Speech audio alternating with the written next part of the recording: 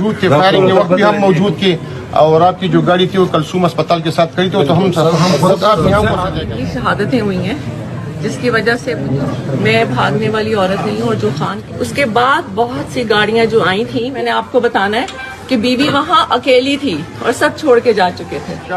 پٹھان ہمیشہ غیرت مند رہے اور انہوں نے ہمیشہ ثبوت دیا ہے, اور انشاءاللہ آنے والے کوئی شک نہیں. کسی کو نہیں پتا تھا میری گاڑی کون سی ہے. ڈی چوک پہ میں 12:30 بجے تک بالکل میں نے سب کو کہا تھا کہ مجھے اکیلے نہیں چھوڑنا, لیکن سب نے مجھے اکیلے چھوڑ دیا تھا, اور میں وہاں بالکل وہاں بہت سے گواہ ہیں. 30 سے 40 لوگ وہاں موجود تھے جنہوں نے گھیرا ہوا تھا آپ کی گاڑی کو. وہاں بہت سے گواہ ہیں, صرف وہ 30-40 نہیں, جو وہاں زبردستی روڈ خالی کرا رہے تھے وہ خود بھی گواہ ہیں. اور جب میں وہاں سے نہیں جا رہی تھی تو سیدھی میری گاڑی پہ فائرنگ ہوئی, اور باقی جو قافلہ ہے وہ بعد میں آیا تھا. فائرنگ کے وقت بھی ہم موجود تھے, اور آپ کی جو گاڑی تھی وہ کلثوم اسپتال کے ساتھ کھڑی تھی, تو ہم خود آپ یہاں پر نہیں جی, میں اتنی تکلیف میں تھی اتنے دنوں.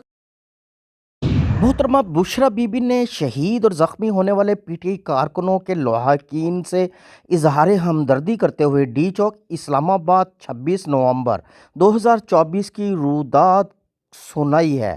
آئیے چلتے ہیں اس کی طرف, اور پھر اس کے بعد شہادتیں ہوئی ہیں پیش کرتے ہیں جس کی وجہ سے مجھے یہ سمجھ ہی نہیں آ رہی تھی کہ لوگ غلط اور جھوٹ کیوں بول رہے ہیں. میں بھاگنے والی عورت نہیں ہوں, اور جو خان کے لیے نکلے ان کو تو بالکل چھوڑ کے میں نہیں اکیلا جا سکتی. کسی کو نہیں پتا تھا میری گاڑی کون سی ہے. ڈی چوک پہ میں 12:30 بجے تک بالکل اکیلی تھی اپنی گاڑی میں.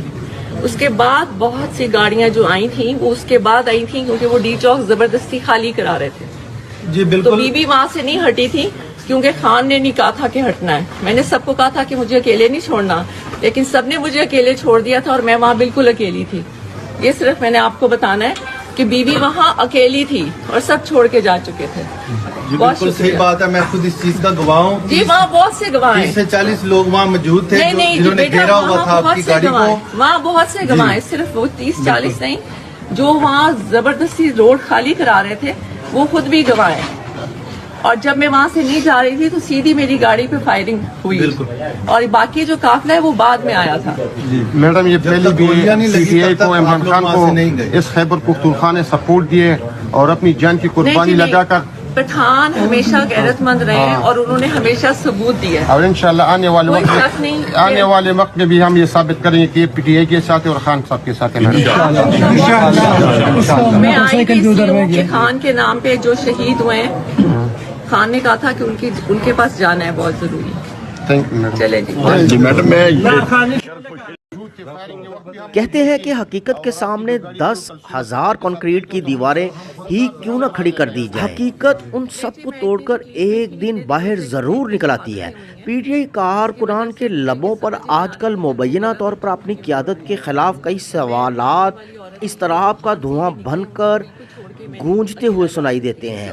وزیر اعلیٰ کے پی کے کا پچھلے دھرنے سے اس وقت غائب ہو جانا جب سیاسی لڑائی اپنے منطقی انجام تک پہنچنے والی. اسی طرح بیرسٹر سیف کا یہ بیان کہ خان صاحب دھرنا سنجانی شفٹ کرنے پر رضامند ہو گئے تھے, جبکہ عمران خان نے بشرا بی بی کے پوائنٹ آف ویو کو درست قرار دیا. اس کے علاوہ بیرسٹر گوہر اور دوسری قیادت کا کارکنان کو اکیلے چھوڑ کر ڈی چوک سے چلے جانا کئی سوالات کو جنم دیتا ہے, جن کی اصل حقیقت کے سامنے چاہے کتنی ہی دیواریں کیوں نہ کھڑی کر دی جائیں, ایک نہ ایک دن سب رکاوٹیں توڑ کر وہ روز روشن کی طرح عیاں ہو جائے گی. اس دن بشرا بی بی, گنڈا پور, بیرسٹر سیف اور دوسری پی ٹی آئی قیادت میں کون درست تھا اور کون غلط, سب کچھ عیاں ہو جائے گا.